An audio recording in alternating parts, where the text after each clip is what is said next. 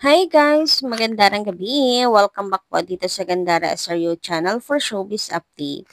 Andito na naman nga po akong muli nagbabalik. Ang nagmamaganda po ninyo kachismosang Kim Pao, wala na pong iba si Gandara upang magatid sa inyo ng latest update and fresh happenings patungkol kina Kim Chiu and Paolo Avellino. And para nga po sa gabing ito, so ayan ang tatalakayin natin pag-uusapan ay ang pagpunta at paglipad ni Paolo Avellino and King Chu sa England and syempre ang Mila Will Make You Disappear na mapapanood po sa Netflix. So lahat ng yan pag-usapan po natin at talakayin, but before that, sa mga di pa nakaka-subscribe sa ating channel, pakiclick lang po tayo ng subscribe button at notification bell na nandiyan sa baba para maging updated po kayo at ma-notify tuwing may bago tayong chika at balita hinggil sa Kim Pao. Basta mga balita na may kinalaman kina Kim Chiu and Paolo Avellino, sagot na natin yan. And eto na nga, dahil hanggang Netflix ay bibida ang Kim Pao, panigurado at tatahol na naman ang mga bashes niyan. So, ayan nga, nung magka-project ng Kim Pao ulit na sa pamagat na The Alibay, nasasagasaan na daw ng Kim Pao yung ibang artista, etc. Grabe naman grabe naman makasagasa, ano. Grabe naman sa term na sinasagasaan. Unang-una sa lahat, wala naman pong sinasagasaan ng Kim Pao, lumalaban sila ng patas, 'di ba? Ginagawa po nila yung best nila. Hindi naman po sila putyo-putyo na artista lang. Binubuhos po nila yung husay, galing, yung pagmamahal sa pag-arte. Hindi naman siguro kasalanan po ng Kim Pao kung sila ay tinatangkilik ng mga tao. Hindi naman Pinaghirapan naman po ni Kim and Paolo kung paano sila napunta sa puntong yan. Hindi naman sila kagaya ng iba na may backer-backer. Alam niyo yun, na dahil nagmula sa pamilya na artista, ang easy na lang sa kanila makapasok sa show business. Ang dalawa po ay nagdaan pa sa reality show. Si Paolo sa Starstruck, si Kim Chiu sa PBB. Dumaan sila sa reality show na wala pong kasiguraduhan kung sila po yung mananalo. Ayan, dumaan sila doon, pinaghirapan nila at pinalad.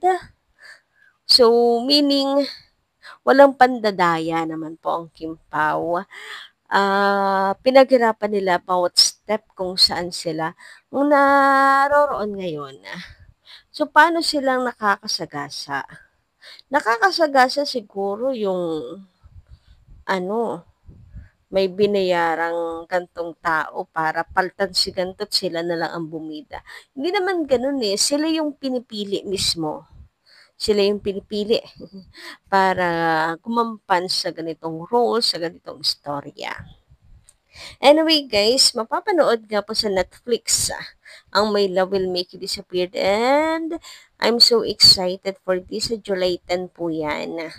O ayan na po, sa mga hindi nakapanood, yung mga, alam ko meron kasi marami pong for example, OFW, hindi makalabas, syempre, ah, mahigpit ang amo, etc. Ganyan. May nabasa na akong ganong komento, nakalimutan ko kung kanino. Ngayon, mapapanood nyo na po. Available sa Netflix. Oh, thank you so much naman. Wala akong kasinong nakikitang namirata. Meron, konti, short clip, pero parang wala po atang namirata ng buong video. Ewan ko lang, wala akong na-encounter or mabilis po ang ating mga Kimpawnians mag-report.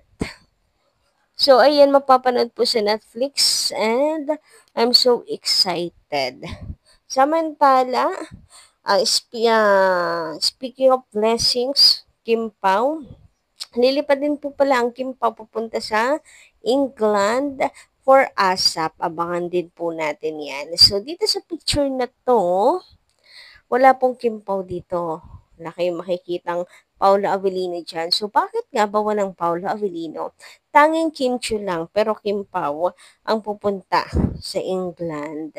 Ang chismis, yun yung na chismis ko, Kim Pao po ay pupuntang England. It's because si Kim Chiu po ay host, kaya siya nasa picture. And si Paolo po ay guest lang, kaya wala siya doon. So, Santa Be si Paolo. Pero, silang dalawa. And hope sabay sila magpunta ron na hope same schedule, etc. So, abangan pa rin po natin magiging ganap, sabay pumunta or hindi, ganyan. Siyempre sa mga ayudas, nakaabang din tayo. Sana masagot po ano kung ba't walang Paolo Avellino sa picture. Anyway, eto naman, magbasa tayo ng comment. Sabi po ni Madam D. Rodriguez, good morning, Gandara. Naiirita ako habang nakikinig sa'yo sa mga sinasabi ng bashers na ano daw, sabi na hindi tinanggap.